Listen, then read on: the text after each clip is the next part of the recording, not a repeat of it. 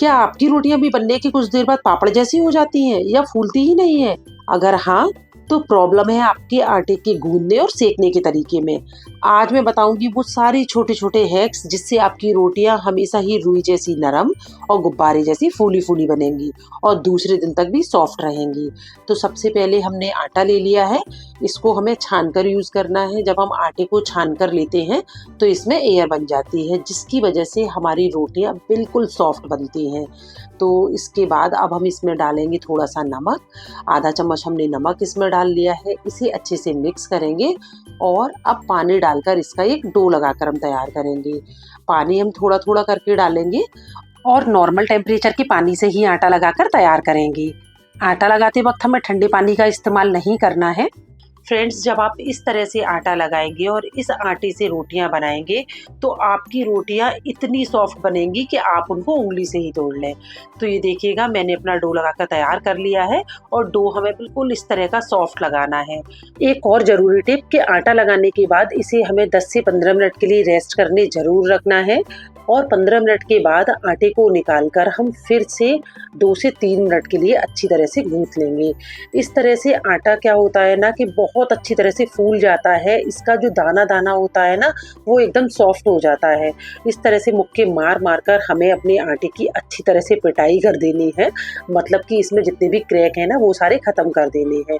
तो ये देखिएगा, इस तरह से सॉफ्ट हमको आटा बना लेना है। एक भी क्रैक आपको हमारे आटे पर नहीं दिख रहा है।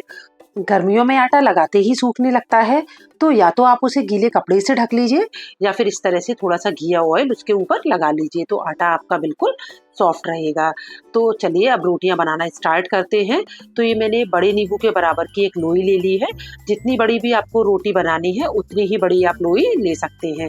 तो सबसे पहले इसे हम सूखे आटे में इस तरह से लगाएंगे और उसके बाद हाथ से हल्का सा दबाते हुए बेलन की हेल्प से इसको बेलना स्टार्ट करेंगे और एक बार इसमें फिर से सूखा आटा लगाएंगे। रोटी बेलते समय हमें बहुत ज़्यादा सूखे आटे को यूज़ नहीं करना है, इससे रोटी ड्राई हो जाती है। और बेलन को भी रोटी के ऊपर बिल्कुल हल्के हाथ से आराम-आराम से चलाना है। हमें किनारों की तरफ रोटी को पतला बेलना है और बीच में से बिल्कुल बराबर रखना है। तो इस तरह से हमारी रोटी बनकर तैयार हो जाती है। ये देखिएगा, मेरे घर में थोड़ी छोटी रोटियां बनती हैं, तो मैंने तो उसी साइज़ की रोटी बनाई है और इसी तरह से हम अपनी और रोटियां भी बनाकर तैयार कर लेंगे। बहुत आराम से आप मेरे वाले तरीके से रोटी बनाएंगे तो परफेक्ट रोटी बना लेंगे। ये देखिएगा, मैंने साइडों से रोटी को बिल्कुल बराबर बेला है, बीच में से भी बराबर रखा है। तो चलिए अब रोटी को सेक लेते हैं। तवे को हमने मीडियम गर्म रखा है और इस पर हम रोटी को डाल देंगे। 7 से 8 सेकंड के बाद हम रोटी को पलट देंगे और दूसरी तरफ से इसको तब तक सेकेंगे जब तक कि इस पर नीचे चित्ती ना बन जाए। अब जो हिस्सा तवे पर नीचे था उसे आंच पर ऊपर रखेंगे और इस तरह से रोटी को सेक लेंगे। इस तरह से हमारी जो रोटियां हैं ना, बिल्कुल फूली फूली सॉफ्ट और गुलाबी सिककर तैयार होती हैं। ये देखिएगा कितनी सुंदर रोटी हमारी बनी है। और तवे पर जब हम रोटी को डालेंगे तो इस बात का ध्यान रखेंगे कि तवा ना तो बहुत ज़्यादा ठंडा हो और ना ही धुआं निकलता हुआ गर्म हो। बहुत ज़्यादा गर्म तवे पर अगर आप रोटी को डालते हैं तो रोटी डालते ही तवे पर चिपक जाएगी और फूलेगी नहीं, और रोटियां फूलेंगी नहीं तो सॉफ्ट नहीं बनेंगी। तो इसी तरह से गुब्बारे जैसी फूली फूली रोटी बनाकर आप अगर रख देते हैं और इसको दूसरे दिन भी खाते हैं तो भी ये बिल्कुल रुई की तरह मुलायम रहती हैं। तो ये देखिएगा फ्रेंड्स, हमारी गर्मा गर्म रोटी बनकर तैयार है। इस पर घी लगाकर हम इसे सर्व करेंगे।